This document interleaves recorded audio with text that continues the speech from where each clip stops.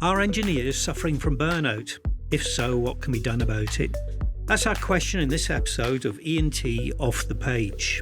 The background is we ran an article last year about burnout in the engineering sector.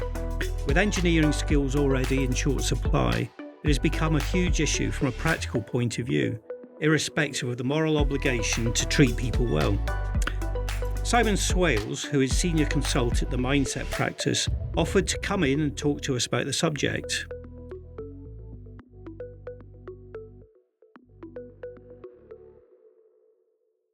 So, Simon, maybe first of all, if you could just say who the Mindset practice is and what it is you do. All right, thanks, Tim. Thank you very much for the opportunity to come and discuss this really important topic. So I'm a senior consultant with an organisation called Mindset Practice. We're a small people and organisation and leadership development consultancy. So we're based mainly in and around the sort of south of the UK, but we work and deal with clients all over the country, supporting and developing their needs based around a concept of mindset as a component of performance in the workplace. Okay, great. Okay. As usual, I'm here with the editorial team of Jack Loughran and Tanya Weaver. So maybe we can talk about the causes, consequences, remedies, etc. But maybe the best starting point is assessing the scale of the problem. So maybe if I start with you, Simon, could you sum up what the scale of the problem of engineer burnout is? Yeah, so from my own experience as an engineer, which has helped me to sort of reflect on what I wish I'd known then, based on what I know now. But certainly with all the work we've done with scientists and engineers over the years, there's a clear challenge, I guess, in the workplace. And maybe this is quite common for anyone with a specialism, but the world is getting more complex. So what your specialism might provide in terms of knowledge and experience requires you to solve more complex problems, which require you to work with other people, other specialisms. So I think there is a challenge for those scientists, engineers in the workplace to have to collaborate and solve more complex problems. And those complex problems don't necessarily have nice, neat solutions. So the world is getting more complicated and it's moving much quicker. So we need solutions faster. So I think there's a lot of pressure on engineers, particularly to provide solutions to very complex problems, which is very stressful. But then, isn't everybody a specialist in one way? Whether it's a digital journalist like my colleagues here, or a studio engineer here, everybody's a specialist, aren't they? Is there anything specific about the engineering sector that makes it more pressured or more subject to burnout than other sectors? I guess the need to work together and collaborate means that you're going to have to develop the skills to do that, build relationships, build trust. And I guess maybe, and I don't want to generalize, but maybe that's something which, when you go into the world of engineering, that isn't something that you particularly think that you're going to need. So you're into your technical specialism. That's what you love doing. But then when you're asked to work and collaborate, that can potentially be a challenge for some. That's not their normal way of working, particularly if it's not working with other engineers, for example. So you're working with people from other disciplines, specialism. Do you think burnout is always related to someone has to do too much work while they're at work? They've got too much. They've got a role, and they're given too much work to complete in that role. Does that sum up burnout, or can burnout relate to other factors? I think it can go beyond that. I've certainly experienced overload of work when you've got too much to do, and that can lead to burnout and people not able to perform their role to the level that they want to. But it can also be complicated by other factors. This needing to work collaboratively to develop the skills to work in a team or work with other disciplines in order to provide solutions. So, when I used to work for the Defence Science and Technology Laboratory, they talked about square pegs in round holes. This idea that, the square peg is the specialist and the hole that they're trying to work in doesn't fit for them. So that can feel really uncomfortable. So not just about workload, but it's, do you fit in? Are you able to do what you want to do in an environment which maybe isn't conducive to your skills and your specialism.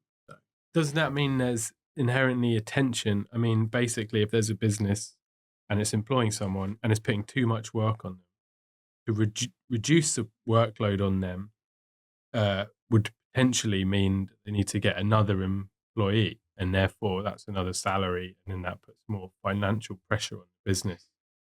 So isn't there a constant tension between the sort of capital needs of a business versus, wanting to treat their employees well? Isn't that difficult tension? yeah, it can be. And I guess one of the solutions which I experienced when I worked for DSTL was to, the square peg round hole challenge was to help those square pegs to become able to work in a round hole sort of thing. So it's stretching the metaphor slightly, but that investing in the development of individuals is a solution. Rather than getting new people in, you can develop those individuals. And that's where I first really got involved in understanding that there is a way you can tackle that. And that is through understanding the needs and the development needs of individuals. So certainly working for DSTL, it was developing that emotional intelligence to develop what they call systems people. So they had deep specialists who could then work across multiple disciplines, work in a collaborative nature to sort of solve complex problems. And that investment was the work that I was part of at that time. Rich Cook, who is the founder of Mindset Practice, was also part of that as a supplier to DSTL at the time. So that's when we started to work together to help tackle these sorts of challenges. Was there something particular that you could see was an individual problem, like Jack saying about was it a workload thing and people becoming less productive? Was there something you identified with when you formed Mindset, or when Rich formed Mindset? I guess it's certainly looking at the initial challenges. If you can't provide, you're say in an engineering organization or a scientific organization, you're providing innovative and creative solutions to complex problems. And if you're not able to do that, then that's a problem for your organization as a business. So providing ways to help scientists and engineers to be more collaborative, to be more creative, to be more innovative. Certainly, we've seen that over the years, and providing solutions to help them to do that more effectively is really important. I guess that would be one way to look at it.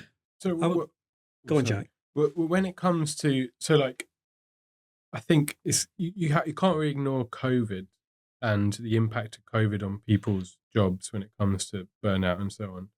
I mean, but like a lot of people's jobs, they now work from home. And I think there's like pluses and minuses to that. So the pluses are obvious, which is you're commuting an hour to work and an hour back. And therefore, over 5 days, that's 10 hours of not having to sit on a stuffy train or bus or whatever it might be. So that's surely a positive for burnout. But then on the downside, you've got maybe less socializing with people at work. And you've also got the sort of feeling that perhaps you can't switch off. I mean, I personally probably sort of check my work emails and respond to work emails later than I used to. Not that would say I'm suffering from burnout, of course, but I mean, like, do you think that change? Because it has been quite a profound shift, I think, in working patterns over the last 5 years. Do you think that change has like a positive or a negative effect on burnout overall, or is it almost too simplistic? You can't boil it down into something. Yeah, and just building on that, the social aspect of it. You've already said a number of times, Simon, that you see collaboration as the stresses of having to collaborate as being one of the main burnout causes. Perhaps is that COVID with its social isolation, that surely would only have increased that particular stress. Yeah, no, absolutely. And I guess it will vary. Some people might quite like the home environment, but that doesn't necessarily mean they're contributing in the way that the organization needs them to. So that can also be a challenge. And I've certainly experienced that. We did deliver a lot of this stuff online. Interestingly, when we compared the data with the sort of before COVID, during COVID and after COVID, we realized that actually that the material was doing exactly the same job. It was really helping people to shift their mindset to be more effective. Performance, it wasn't necessarily affected, but the need for this sort of intervention was highlighted. And we have seen through the data that we gather that there are potentially more people working in a position of survival versus the growth, which is what we're trying to help them get back to. And so we have seen that has actually got slightly worse post-COVID. There are more people in survival. I wanted to know, what are the sort of telltale signs of burnout? So if someone's listening going, oh, okay, is it sort of, as you say, survival mode? Are you feeling apathy? You just have no oomph for your job? I mean, how do you feel if you're in burnout? I mean, that's one of the ways we help people to self-identify, if you like, to be aware of it, because a lot of the folks that we work with don't really have a language to describe what's going on for them. I guess each individual will have a different way of seeing the world. So from the tools and the ways that we work with them, they get the language, certainly their literacy or the emotional literacy particularly, to help identify how they're feeling. So that's one thing we'll sort of start to work with them, is ask them, how are you feeling?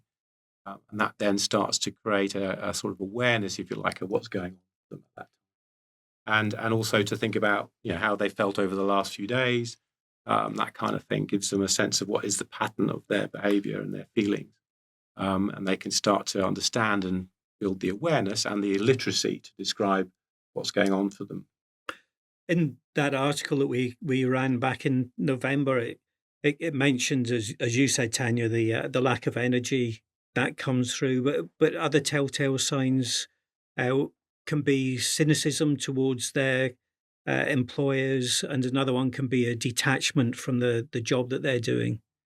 Would you say that they're the main signs, or are there other things as well? I guess we would argue that those are the sort of signs, if you like, but what sits behind that is often the way they see themselves and they see others. So that's where it comes back to what we describe as mindset. So if their self-belief or their belief in others is that they're not okay with themselves or with others, that is the sort of, if you like, that is the key ingredient which seems to determine whether they're in survival or not.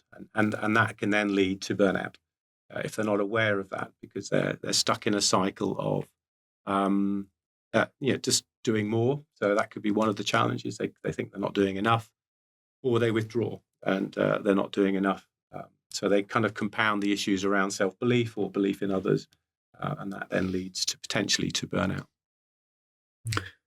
That's well, it seems like that's only part of the problem, perhaps, because, well, I suppose I was thinking about the management side of things. A lot of SMEs are led by engineers who came up with the original idea.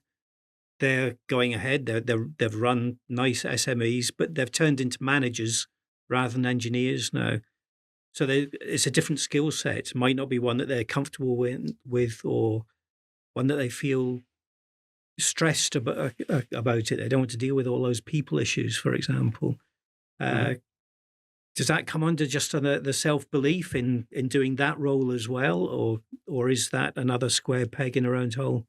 Well, a combination of both, really. I mean, that sense of their ability to operate in that role can be quite stressful, obviously. I've been in that same situation myself, moving from engineering as a role into a management role.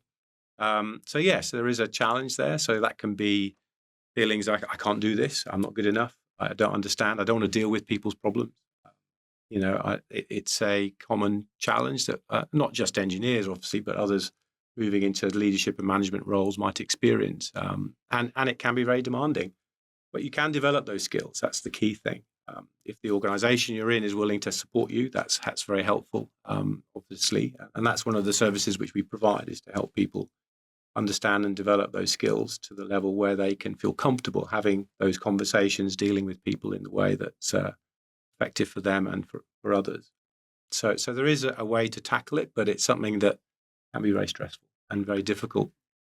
I just feel like the standard career progression, so often across the board, is as Tim was saying, you're doing your engineering role or whatever role it might be, but since it's engineering focused, you're an engineer, and then you end up moving into people management. But virtually in any business, as you get promoted, you stop doing the original thing you're actually good at, and there's no reason why you would inherently be good at people management. And actually, I think people management is a really specific skill that probably tons of people just will never be good at. But how can you like allow people to feel like they're progressing in their careers without them ending up doing something that they're not really suited to do? There's an extreme of that, isn't there? When there used to be a theory that people were promoted to their level of incompetence, wasn't there? So to get rid of somebody who wasn't very good at their particular job, just promote them, and then they can just deal with people skills as well. Well, look at Liz Truss. I mean, you can get all the way to the very top by being incompetent. By being completely incompetent. Yeah. Well, that must be quite stressful. Yeah. You would imagine. Yes, I mean there are examples like that. I guess that's quite interesting to explore. But certainly, some organisations tackle that by providing two career paths. So certainly, when I was at DSTL, they have a technical path, so you can get very senior in the organisation just purely through your engineering, scientific skills. Then there is a sort of management path, which is a choice. So they run both, but not all organisations. Not all organisations do that. So that that can be quite challenging. And so should more organisations be doing I think that? so. Yeah, I think there is. If you want to recognise and reward the skills that people join the organisation for, and seeing them develop those skills further, I think definitely. I mean, you see that, I guess, in organisations, I guess like the NHS, classic, isn't it? You've got it's a career path for your specialism, not for managing people. But they run alongside each other. But other technical organisations do that. Universities are the same. They have, an academic path and then a management path. But others could also do similar to help provide those options. So those who want to manage and lead can, but those that don't, they also see a path. Okay. Perhaps before we move on to the consequences, the solutions, just one other thing I was wondering about with the stresses, particularly with engineers. Engineers can make some pretty important stuff, really, can't they? Bridges and cars or buildings, things that if they go wrong, the consequences can be absolutely terrible. Is that a stress in itself? And is it more of a stress if the company is not going to support you in everything that you do? I think that is one of the key stressors for those who work in those really critical engineering professions. And we've seen instances where disasters have happened because when they go back and look, they realise that engineers weren't heard, that they didn't get there. They weren't able to put their hand up and say, something's wrong here. Management or whatever reason, financial time pressure has forced them to take a risky decision, which they weren't supporting, maybe. I don't know. But you see these things happening, and that must be really stressful to know that you could have done something, but you didn't have a voice or you weren't heard. And that is often a result of an environment where, we hear about these sort of toxic work cultures, that kind of thing. But that must be hugely stressful. I've never been in that situation, but you do hear about and read about those sorts of situations where... Boeing is a classic example. Yeah, things are happening which, must be really uncomfortable. What do you mean by Boeing? Isn't the problems with the aircraft?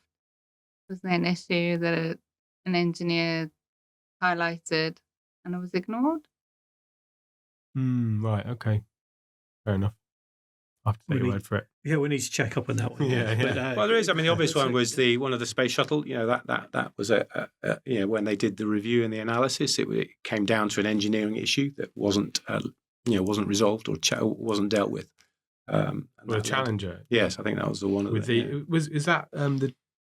No, I'm getting confused. There's another. Was it a probe to Mars where in America they were working on like imperial measurements, and in the UK they were using metric involved in it. Totally derailed the whole project. Anyway, I'm slightly derailing the whole conversation. So. but I think the original thing you're asking is about working on very critical engineering projects. It can be very stressful, particularly if you don't feel like you're having your voice heard. If you want to ensure that things are done well and to the standard that you as a professional would deem appropriate, then that must be really stressful. If that's being countered by political, financial, time-based decisions that your input isn't necessarily valued, and I can imagine that would be hard. And well, it leads on to talking about the consequences. If you have a lot of engineers who are in this, you call it survival mode, don't you? If you have a lot of engineers in that mode, it's not a good thing for your company, is it? No, and if you're in survival, you're really looking after yourself. So you're not necessarily working to your best in terms of collaborating and working as part of an organization or as a team, delivering your professional expertise to the highest quality, to the best standard. So, yeah, that is a challenge. And certainly from our data, we see that across multiple sectors, but quite a lot of them in science and engineering, that 69% of people are in survival. So that's quite significant. Survival in itself isn't necessarily wrong. It's just knowing when you're in it, and so you don't stay there. Survival does provide us with a signal that something's going on that's important and that we need to deal with it. So it's there for a reason, and we provide people with the tools to help them to understand that, to notice when that's happening, so that they can do something about it. And how much of that is a survival tool for the individual, and how much of it is a management tool, so that everybody is recognizing where they are and what they're contributing to an organization and what they're sacrificing as individuals? Yeah, I think it crosses both. If people can notice it in other people, so providing the literacy and the language around it is really important. So creating the permission, if you like, for people to say how they're feeling or to raise their hand. So creating another word which is used a lot these days is psychological safety. So it's okay to put your hand up and say, hang on a sec, this isn't happening, this isn't working, or whatever it is. I don't feel comfortable with this, or to be open about that is really important. And that's something which we're hearing a lot from organizations. I mean, I sort of feel it needs to be the environment, because I think I'm like naturally introverted. So you have people like that. So how do you, it's all about collaborating and, talking and putting your hand up. But if you're not naturally like that, then it's tricky, and you can't then just change your personality to fit in. And exactly that. I mean, that we've noticed that a lot, and that's something which is an interesting topic in itself, is giving people permission to not have to sort of perform, if you like, in a way that's uncomfortable for them. So the skill is for managers, leaders, facilitators, chairs of meetings to also acknowledge that might be going on. It might take people, they're quiet, they're not saying anything. Everyone else is chatting maybe, and so their voice is not heard, and that can be stressful for them, because they haven't had the chance to do it. So also those people are possibly less likely to voice the problems that they have with that as well. If you're introverted, you're probably less likely to then go to your boss and saying, I'm struggling with being introverted. So how do you realize who that is and then get them to? And this is about the dialogue and having the language to say, and the skill to understand that we're all different. Some days we'll have good days, some days bad days, but actually helping people to be able to articulate that, and for them to have a voice. And that might be a different way of running the meeting. There are things and skills around giving people time to think. There's different ways you can run meetings, different ways to allow that to happen. And it might not be in the meeting, it might be conversations afterwards. And that's when actually the working from home can be stressful, because you don't get those before and after meeting conversations that you used to have. Let's go and have a chat as you walk down the corridor or whatever. You finish the meeting and it's finished. So yeah, that dynamic is really important. But it's the skills to notice and to explore and ask, and potentially that can feel uncomfortable. So we're not naturally necessarily able to do that. Do you have any figures that you use when you're going out to clients to say you have potentially got a load of people in survival mode? We want to move them to growth mode, which is your desired position for anybody to be in. What productivity difference or staff retention, or do you have any metrics you use to say, if we acknowledge this phenomenon, then we can improve on it and improve your company? It will vary depending on the client. I mean, that's something we explore with them. So what's the outcome you're seeking? So we're keen to ensure we deliver something that will make a difference, and they will provide, something for us to help them and support them with that. So that could be retention. That could be one of them. It could be about developing skills, like I mentioned earlier. It could be around developing leaders and managers to be more effective. It could be developing teams to create psychological safety so that they have better conversations earlier in the projects so that they don't deal with the consequences later on, that kind of thing. So what I'm driving at is there a number that you can put on, say that this is a company that is not performing well, and if you acknowledge that you are overworking, stressing your staff, then productivity could be improved to X%. Do you have any typical metrics like that you can pull on? I think it varies by organisation. It's hard to give one specific number, but a lot of human resources organisations, within organisations rather, will have their dashboards and things that they're looking for, which could be retention, it could be turnover of staff, it could be all sorts of things, and they're looking at that, I guess, and it's providing them with something to help them see that potentially change for the better. But it will vary what the priority is depending on the business. So there is no magic sort of nice number I can provide you. So typically they will have a trigger. Maybe they're losing too many staff or something like that. And that's expensive for them, obviously. So that's a key thing they want to keep down, amongst many other things. So, when I think about one way you could solve burnout, and I think it's a really obvious way, and I think it's probably something that should happen a long time ago, it's the 4-day working week. Because, I mean, I've known people who've done 4-day working weeks before. No one has ever said, "Oh, I hated it. I wish I'd go back to 5 days. I just can't bear having a 3-day weekend." No one's ever said that. If you go back to the 30s, you had people like John Maynard Keynes saying, "Oh, the 4-day working week, that's coming. Like we're working towards it." And then if you also, on a kind of side point, if you think about just the last 30, 40 years, the efficiencies afforded by modern computers and how much more efficient people can be just using modern computer technology compared to what came before. So like if you take those efficiencies, surely that is cutting 20% on average on a sort of countrywide scale. Surely that's cutting people's workload by 20% when you're literally going from people writing things down on like bits of paper and stuff to what we have today when everyone's got constant screens and technology and computers and databases and spreadsheets everywhere, just making things much more easy and easy to categorize and, whatever role you're in. But computers has had a broad societal impact, obviously. What happened to the 4-day working week? The expectations changed. Well, isn't it? But why has it changed? Simply because companies don't want to drop their productivity by 20%. Well, of course, that's the... But will it... But, okay, I guess, all right, this is the question then. Would it drop people's productivity by 20%? I think I would argue it would be a very effective measure. But I think the difficulty is, as Tim says, is that, organizations, things, with all this great technology, we're not making our lives any easier. We just seem to make it harder. We're working harder. There's a pace to how we work. I think probably the pressures on people have got increased as a result of this great technology. I mean, AI is obviously now starting to emerge and people are starting to think about what the impact that's going to have. But I suspect we will continue to provide and push people to work harder. And it'll take quite a brave organization to say, let's work a 4-day week, whatever that happens to be.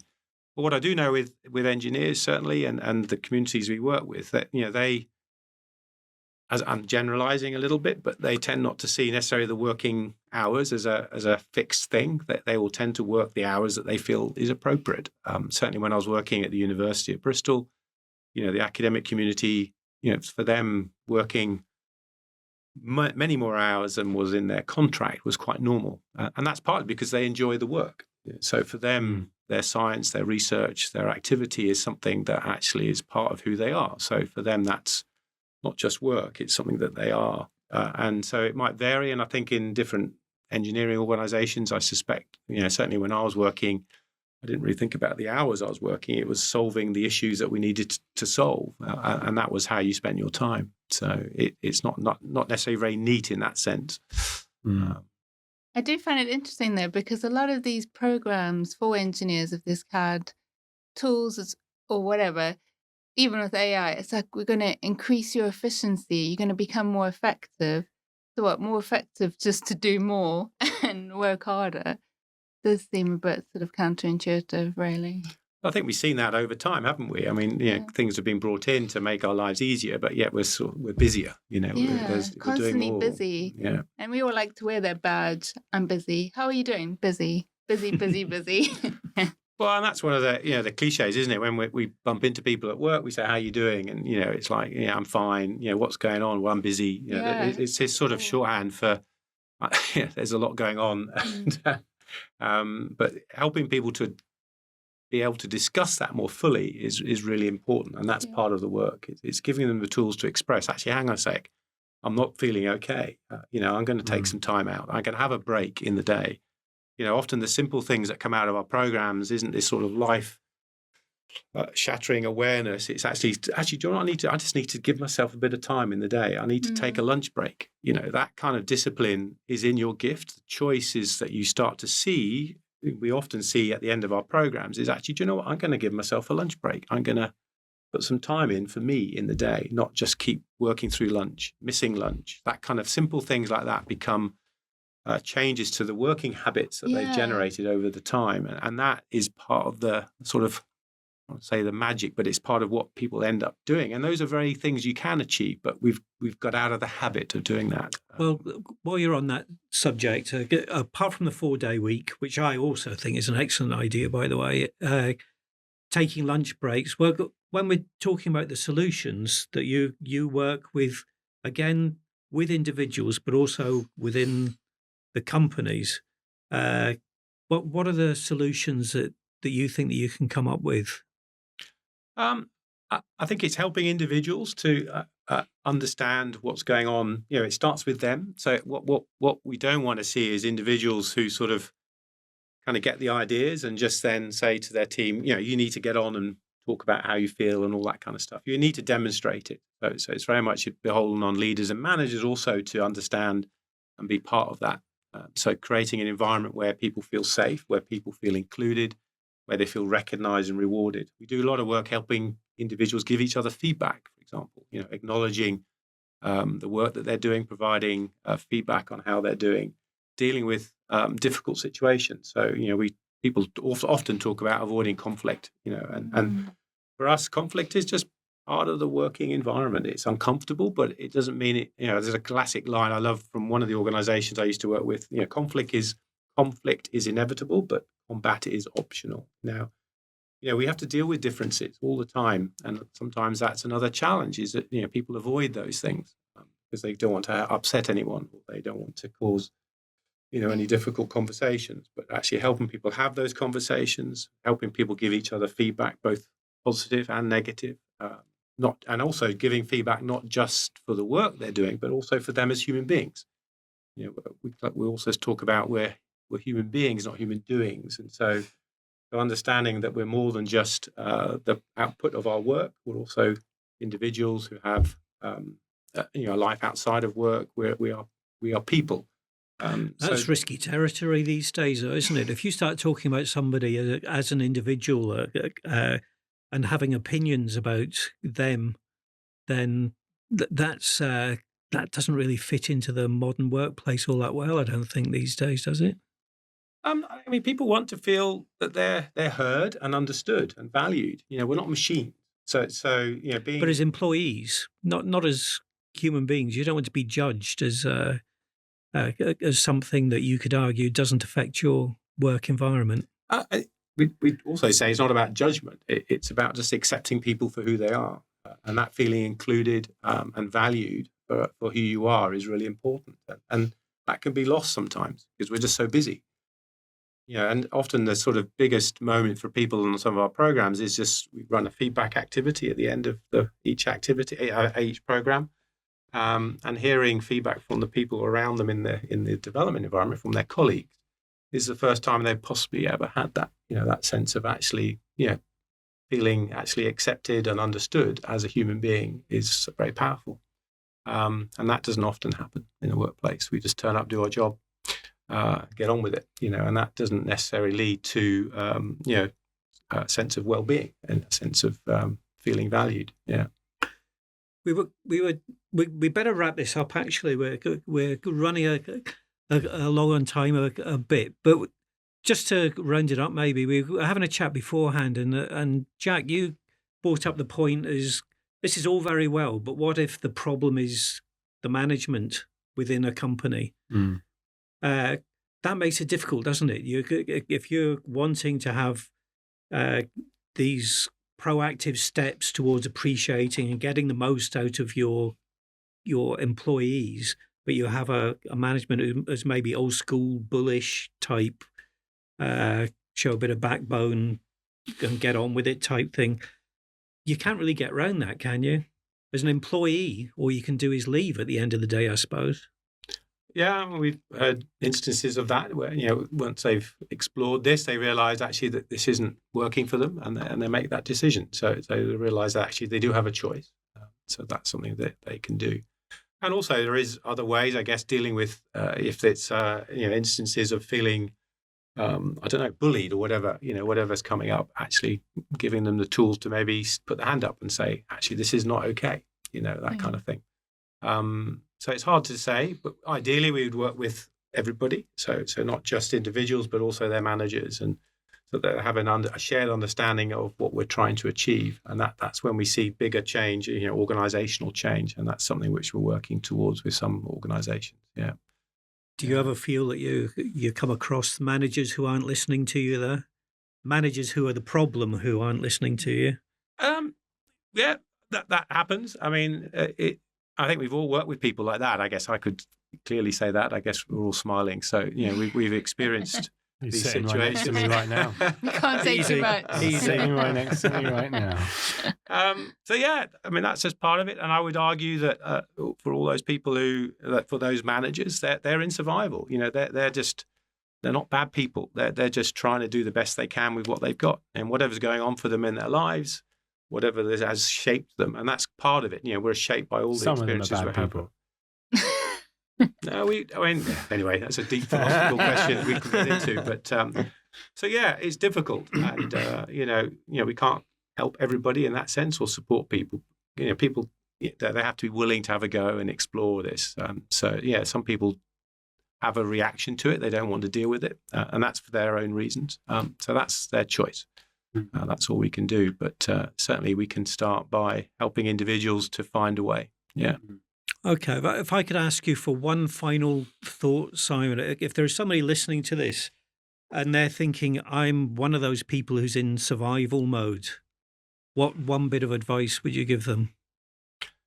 Gosh, big question. And I'm looking at all the stuff I've got in front of me. But I guess the one thing I find myself helps is just to slow down. And the practices that we help people to develop as part of that are really helpful. So it's just being very, very, being very curious about what's going on for you. So just noticing what's happening around you can be really helpful. Notice what's going on for you. Are you in growth or survival? What's happening? What's your intention?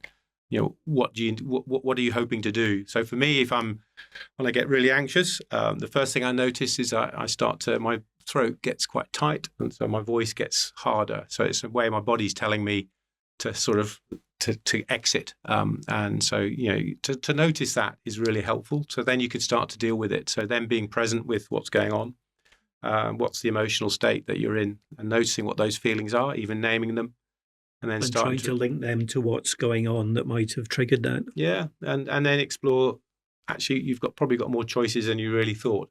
So sort of not saying anything might not be helpful, but actually that's what your body's telling you to do. So actually taking a breath, noticing that, and then sort of realizing actually I'm okay, I can do this, and then in that instance saying what you've got to say. So that can be a really powerful way to slow down and notice. Often our survival reactions are very quick. We are primed. We've developed these habits over our lifetime to look after ourselves, but sometimes in the workplace they're no longer helpful. So it's helping people understand those and noticing what's going on for them in that moment. So dealing with it right then can be really powerful. Brilliant. Okay, well, I'll draw this to a close. Just before I do, Simon, if somebody's been listening to this and they would like to get in touch with the mindset practice, what's the best way of contacting you?